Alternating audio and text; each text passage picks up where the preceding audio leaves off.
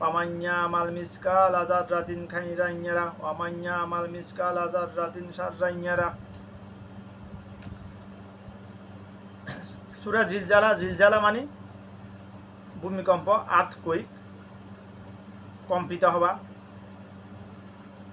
যেদিন আল্লাহ পাকের নির্দেশে পুরো পৃথিবী ধ্বংস হয়ে যাবে, কম্পিত হয়ে পাহাড়গুলো চূর্ণ বিচ্ছিন্ন হয়ে যাবে, পুরো পৃথিবী সমতল হয়ে যাবে।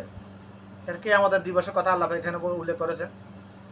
এখানে সূরা জিলজালাহার শেষ দুই আয়াতে আল্লাহ মানুষকে সতর্ক করার জন্য এমন দুটো কথা বলেছেন যে মানুষ যদি অনুপরিমাণ ন্যাক আমল করে ও সেটা সে আমার দেখতে পাবে হাসরের দিন, অনুপরিমাণ যদি গুনাহ করে সেটাও হাসরের দিন সে দেখতে পাবে। অর্থাৎ মানুষের জীবনে এমন কোনো কথা নাই, কর্ম নাই যেটা লিপিবদ্ধ হইতেছে না। আপনারা জানেন প্রত্যেক মানুষের সাথে দুইজন ফেরেশতা আছে, দুই কাঁধে দুইজন ফেরেশতা আছে, একজনের ন্যাক আমল লেখে, একজনের বদ আমল লেখে। এবং প্রত্যেক আদম সন্তানের সাথে একজন শয়তান লেগেই আছে, মিনিমাম একজন শয়তান লেগেই আছে আদম সন্তানকে দিয়ে পাপ কাজ করানোর প্রচেষ্টায়। তো এখানে যে মানুষের জীবনে এমন কোনো কথা কর্ম না যেটা লিপিবদ্ধ হইতেছে না, কিন্তু মানুষ এই মানে জাহেল, এই কথা থেকে জাহেল গাফেল মানুষ এটা নিয়ে কল্পনাই করে না, এটা নিয়ে বিন্দুমাত্র। মুখে যা আসে তা বলতেছে, বাস মুখের সামনে যা আসতেছে, সামনে যা তা খাইতেছে, সামনে যা আসতেছে, যা মন চাইতে তা করে ফেলতেছে মানুষ। এই মানুষের কলবে এই ভয়টা নাই, যার কলবে এই ভয় নাই যে আমি যা করতেছি সব লিপিবদ্ধ হইতেছে, সে তো বরবাদ হয়ে যেতেছে, তার পক্ষে তো যে কোনো কিছু করা সম্ভব হয়ে যেতেছে, নাউজুবিল্লাহ। যার কলবে এই ভয় থাকবে যে আমি যাই করবো আল্লাহর সামনে একদিন আমাকে দণ্ডায়মান হতে হবে, আমি যার অনুপরিমাণ ভালো কাজ করলে ওটা আমার সামনে উপস্থাপন করা হবে হাসরের দিন, অনুপরিমাণ বদ আমল করলে ওটাও উপস্থাপন করা হবে। এই কলবে যদি এই চিন্তা মানুষের থাকে,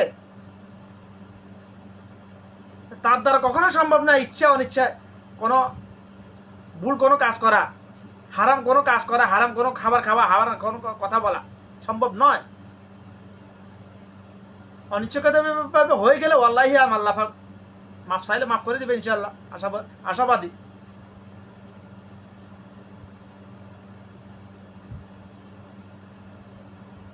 মানে এই সূরার মধ্যে এই দুইটা আয়াতের মধ্যে আল্লাহ পাক মানুষকে আশাও দেখিয়েছে, ভয়ও দেখিয়েছে,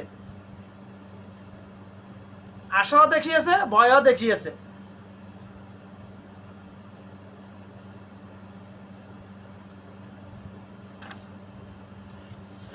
আশা কি দেখিয়েছে?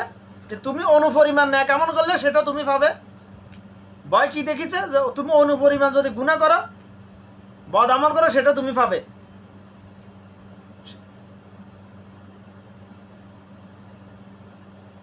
অনুপরিমাণ ন্যাক আমল করলে সেটার ফলাফল ভোগ করবে, অনুপরিমাণ বদ আমল সেটার ফলাফল ভোগ করতে হবে মানুষকে।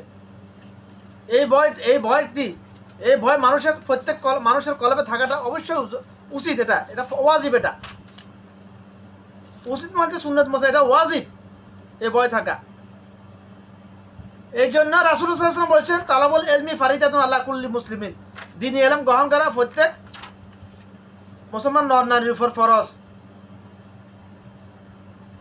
এখন দ্বীনি ইলম বলতে কি বুঝে এটা আমাদেরকে জানতে হবে। দর্শক মূলত আমাদের দেশের মানুষ দ্বীনি ইলম বলতে এটাই বোঝায় যে সন্তানকে আলিপাতা শিখাইছি, জবরজের শিখাইছি, মানে কোরআন মাঝে দেখে দেখে পড়তে শিখাইছি, কিংবা হাফেজ বানাইছি, বাস দিলিয়াম শিক্ষা দিয়ে এলেছি, আমাদের অনেক অনেক অনেক কিছু করে ফেলেছি।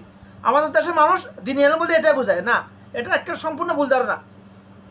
কোরআন মাঝে দেখে দেখে পড়তে পারা, হ্যাঁ অবশ্যই পড়তে তো হবে, কিন্তু পড়তে পারা ফেরে শিখাইছি মানে আমি দ্বীনি ইলম দিয়ে দিছি, এটা ভুল ধারণা। তালাবুল ইলমি ফারিদাতুন আলা কুল্লি মুসলিমিন, আল্লাহ এখানে রাসূল সাহেব এখানে দ্বীনি ইলম তলব করার জন্য বলছে। কোন দ্বীনি ইলম? দ্বীনি ইলম মানে কি? এখানে দ্বীনি ইলম মানে আলেম হতে হবে, মানে শুধুমাত্র দেখে দেখে পড়া এটা না। আমি যদি আল্লাহর কালাম না বুঝি, এখন আমি সূরা জিলজালা পড়তে পারি মুখস্থ, আমি পড়তে পারতাম ছোটবেলা থেকে আমি পড়তে পারতাম, কিন্তু আমি আল্লাহ ভাই এখানে কি বলছে এটা জানতাম না এক সময়। এই জন্য আমি মানতে পারি নাই। এখন যেহেতু আমি জেনেছি, এখন আমাকে মানতে হবে, আমি মানতে বাধ্য। এটা যখন জানতাম না আমি আল্লাহর কালাম, তখন ওয়াল্লাহি আল্লাহ আমাকে মাফ করে দিবে ইনশাআল্লাহ, আশাবাদী আমি। এই আশা আল্লাহ আমাকে এখানে দিয়েছে। এখন দিনী এলেম বলতে কি বোঝায়, আমাদের এই কনসেপ্টটা বুঝতে হবে। মূলত দিনী এলেম বলতে কি বোঝায় ভাইরা? দিনী এলেম বলতে যে আল্লাহর কালাম, আরবদের জন্য দিনী এলেম বলতে যে আল্লাহ মানে কোরআন মাজিদ দেখে দেখে পড়া এবং মানা, এটা হচ্ছে তাদের জন্য দিনী এলেম। এটা হচ্ছে আরবদের জন্য। আমাদের দেশের মানুষ যে দিনী এলেম বলতে যেটা বুঝে মানে কোরআন মাজিদ মানে পড়তে পারা, মানে তাকে দিনী এলেম দিয়ে দিছি। কয়েকটা সুরা মুখস্থ করাইলে কিংবা হাওয়াজ তাকে দিনী এলেম দিছে। আমাদের দেশের মানুষ এটা বুঝে। এটা আরবদের জন্য। কেন আরবদের জন্য? আরব দেশের সকল আরবরা জন্মসূত্রে কালাম আল্লাহর আলেম, জন্মসূত্রে তারা আল্লাহর কালাম বুঝে। এই জন্য হয়েছে ওই হাদিসের এই অর্থটা এদের জন্য। আর বাংলাদেশের জন্য হয়েছে দিনী এলেম বলতে যেটা বুঝে বাংলাদেশের জন্য আল্লাহর কালাম জানা বুঝা মানা, এটা হচ্ছে দিনী এলেম।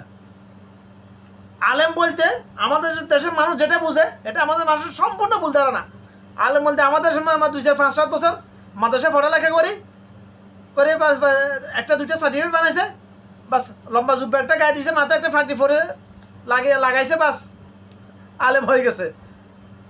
আলেমের সাইনবোর্ড লেগে গেছে ফিটের উপর, বা থাপ্পা লাগাই দিছে, আলেম হয়ে গেছে। কিন্তু আসলে এটা আলেম এই অর্থে আলেম নয়। এরা আলেম না, বেশিরভাগে জাহেল, এরা আলেম নয়। আলেম বলতে সেটা বিসমিল্লাহ, আলেম বলতে বুঝে যে আল্লাহর কালাম। আমাদের দেশের জন্য ওই আলেম শব্দের অর্থ হচ্ছে আল্লাহর কালাম জানে বুঝে। আল্লাহর কালাম জানে দেখে দেখে পড়তে পারে এবং জানে বুঝে মানে, তাকে বলা হয় আলেম। আলেম দুই প্রকার আবার, এক আবু জাহেল মার্কা আলেম, এক সাহাবীদের যে আল্লাহর কালাম জানে বুঝে মানে না, যেরকম জেনেছে বুঝেছে ওইরকম মানে না, এবং অন্যকে বুঝানোর সময় বেলায় উল্টাপাল্টা বুঝায়, সে হচ্ছে আবু জাহেল মার্কা আলেম। আর যে আল্লাহর কালাম জানে বুঝে এবং যেভাবে জেনেছে বুঝেছে ওইভাবে মেনেছে, অন্যকে মানার জন্য উদ্বুদ্ধ করেছে, সে হচ্ছে সাহাবীদের নেয়া আলেম।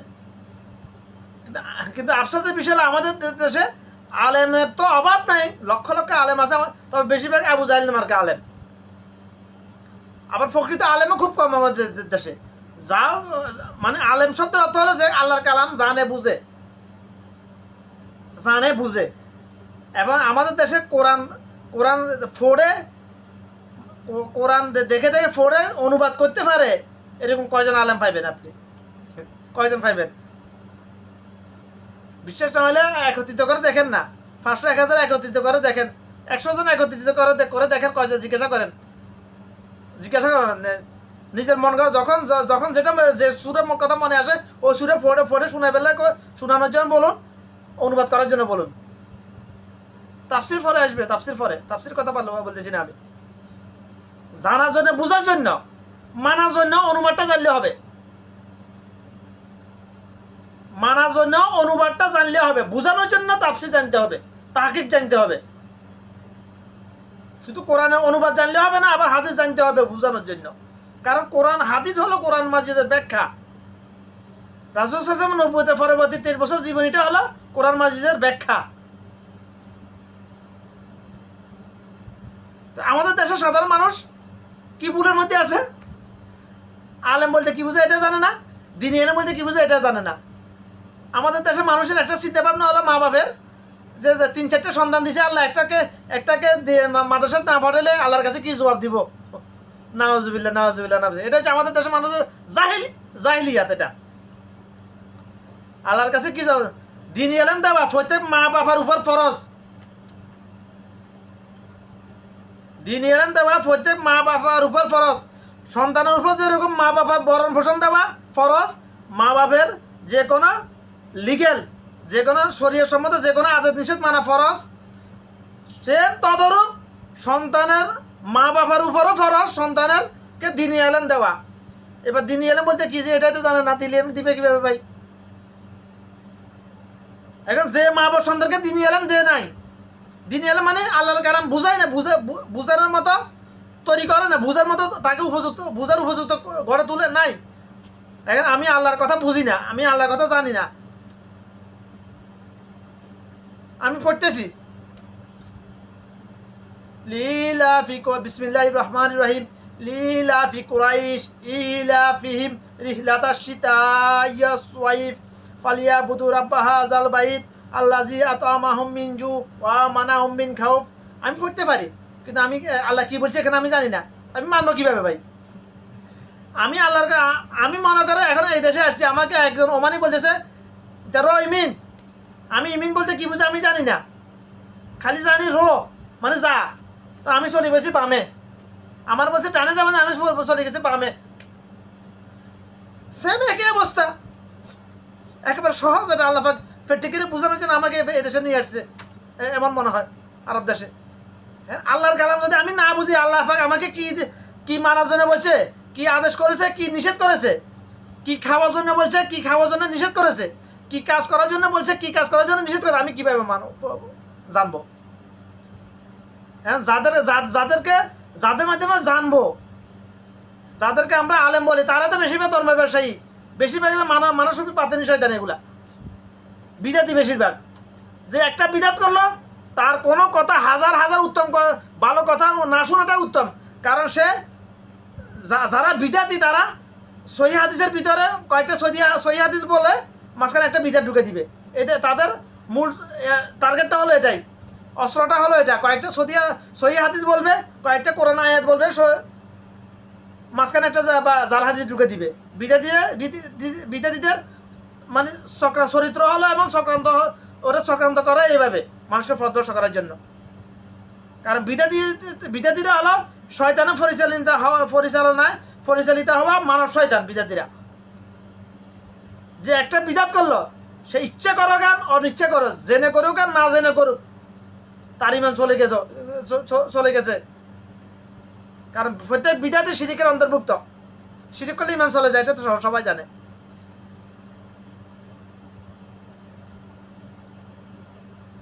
তো আমাদেরকে কেন কালাম আল্লাহ জানা বুঝা ফরজ? তাহলে বলে দিনী আলেম বলতে আল্লাহর কালাম জানা বুঝা ফরজ, জানা বুঝা ফরজ, জানলে বুঝে তো মানা ফরজ, জানা বুঝা মানা ফরজ, এটা হলো দিনী আলেম। আমাদের দেশের শিক্ষা ব্যবস্থাটাতে গলত, বেশিরভাগ শিক্ষা ব্যবস্থাটাই গলত। আমাদের দেশে ছোট বাচ্চাদেরকে ছোটবেলা থেকে মানে ইংরেজি শব্দের অর্থ শিখানি হয়, কিন্তু আরবি শব্দের অর্থ শিখানি হয় না, ইংরেজি শিখানো হয়। আয়ত আমি, ইউত তুমি, ক্যাট বিলাল, ডগত কুত্তা, অ্যাপেলত আপেল, এগুলো শিখানি হয় ছোটবেলা থেকে, কিন্তু আরবি শব্দের অর্থ শিখানি হয় না। যদি বাংলাদেশের শিক্ষা মাদ্রাসা শিক্ষা ব্যবস্থা যদি এরকম হইতো যে ছোটবেলা থেকে আরবি শব্দের অর্থগুলো শিখানি হইতো, তাহলে সবাই একটা নির্দিষ্ট বয়সের পরে, অর্থাৎ 8-10 বছরের মধ্যে এটা সবাই আলেম হয়ে যেত। একেবারে সহজ আলেম হওয়া। বাংলাদেশে এরকম একটা শিক্ষা প্রতিষ্ঠান নাই যে শিক্ষা প্রতিষ্ঠানে হাফেজও বানানি হয়, সাথে সাথে আলেমও বানানি হয় তাকে, এরকম কোনো শিক্ষা প্রতিষ্ঠান নাই। হেফজখানার অভাব নাই। আমি যে ফতোয়া দিতেছি, পুরা পৃথিবীর আদম সত্তা যদি হাফেজ হয়ে যায়, যদি আলেম না হয়, তাহলে আল্লাহর দিনের যারা পরিমাণ লাভ হবে না,